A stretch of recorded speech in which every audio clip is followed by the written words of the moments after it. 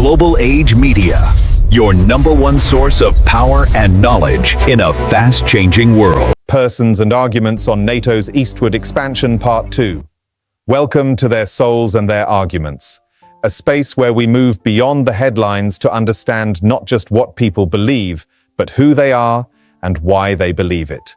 I'm your host, Idahosa Ojo. In this edition, we explore persons and arguments on NATO's eastward expansion. Introduction. The debate over NATO's eastward expansion centers on the alliance's decision to admit former Soviet states and allies after 1991, aiming to enhance European security. Advocates view it as vital for democracy and stability, while critics see it as provocative toward Russia. It arose from post-Cold War shifts, with NATO adding 15 countries since 1999, escalating East-West distrust. Impacts include heightened geopolitical tensions, contributing to crises like the 2014 Crimea annexation and the 2022 Ukraine invasion, mapping the battle lines on the persons and arguments on NATO's eastward expansion. The primary divisions pit supporters, who believe expansion fortifies collective defense and deters aggression, against opponents, who argue it encroaches on Russia's sphere and invites conflict. Supporters' core demand is an open-door policy for eligible democracies to join, ensuring long-term peace. Opponents call for halting further growth to respect security pledges and reduce escalation risks. Point. Key supporters include Antony Blinken, former U.S. Secretary of State, and Mark Rutte, NATO Secretary General.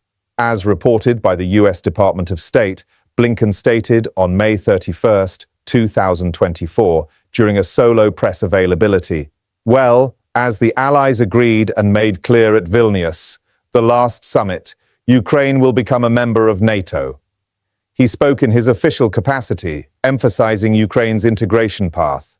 According to a NATO transcript reported by PBS News, Rutte said on June 9, 2025, in a speech at Chatham House, "The irreversible path of Ukraine into NATO are there, and it is my assumption it is still there after the summit."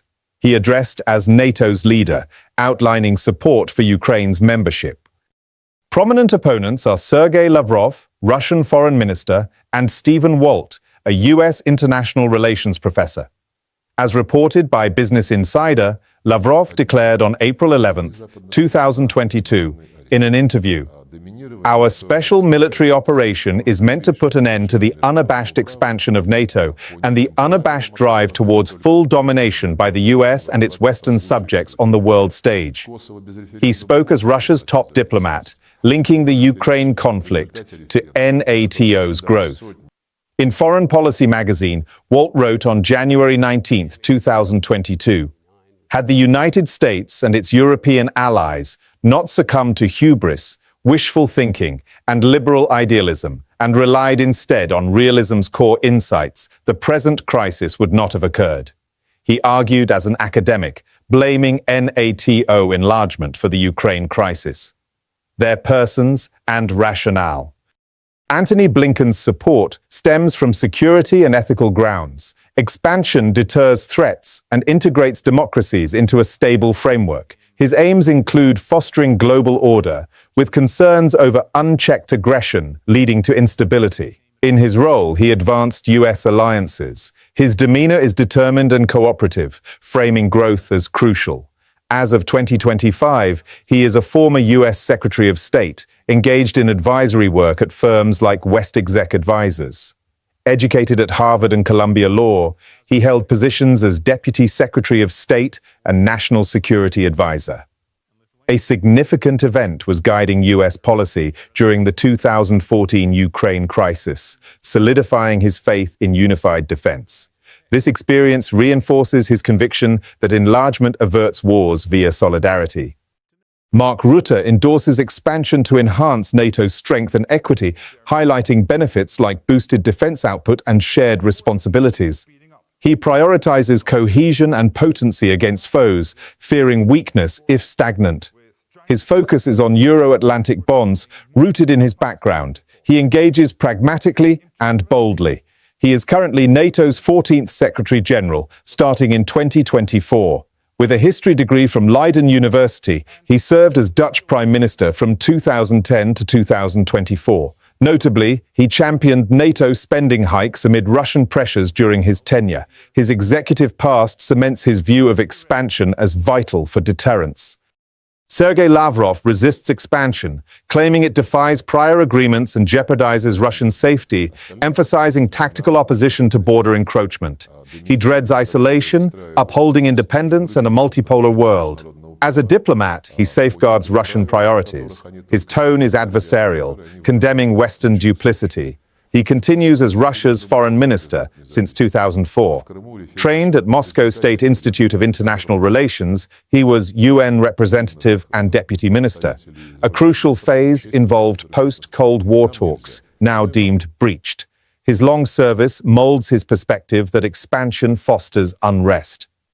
Stephen Walt critiques via realism. Expansion disrupts equilibria, fueling disputes like Ukraine's. He apprehends conflict spikes, favoring cautious engagement over optimism. Academically, he pursues policy scrutiny. His approach is doubtful and fact-driven.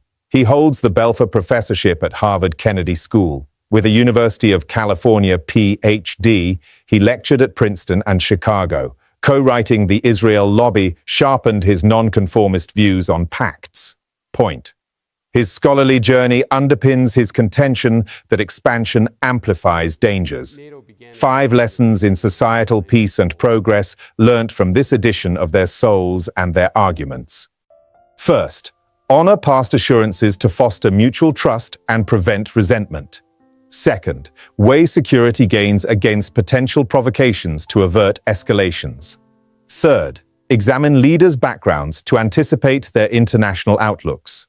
Fourth, favor negotiation over unilateral moves for enduring harmony in tense areas. Fifth, incorporate varied perspectives, including academics, to question prevailing strategies. Is this argument just noise, or is it the key to a more united society? Let's cut through the emotion and find the logic that actually serves the people.